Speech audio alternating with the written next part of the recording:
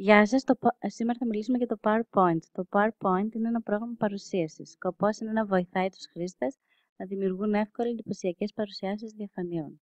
Στις διαφάνειες του συγκεκριμένου προγράμματος μπορούμε να προσθέσουμε κείμενο, εικόνες, ήχο, χρώματα και διάφορα εφέ.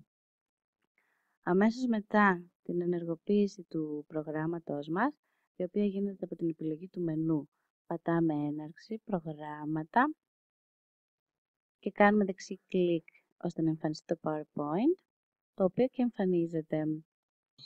Ας δούμε λοιπόν τώρα πώς λειτουργεί.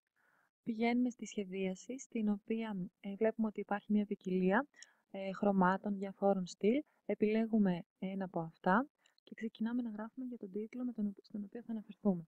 Για παράδειγμα, αν θέλουμε να μιλήσουμε για τα ιστορικά γεγονότα, μετατρέπουμε στα ελληνικά, πατάμε και γράφουμε ιστορικά γεγονότα. Επιλέγουμε τον τίτλο μας, πηγαίνουμε στο μενού. Μπορούμε να το κάνουμε bold, να μειώσουμε τη γραμματοσυρά ή να την αυξήσουμε ανάλογα πώς θέλουμε, να αλλάξουμε τη γραμματοσυρά. Στο κέντρο μπορούμε να την πάμε στην άκρη. Πηγαίνουμε μετά στην κεντρική. Επιλέγουμε στη δημιουργία διαφάνειας. Υπάρχουν διαφορετικά στυλ.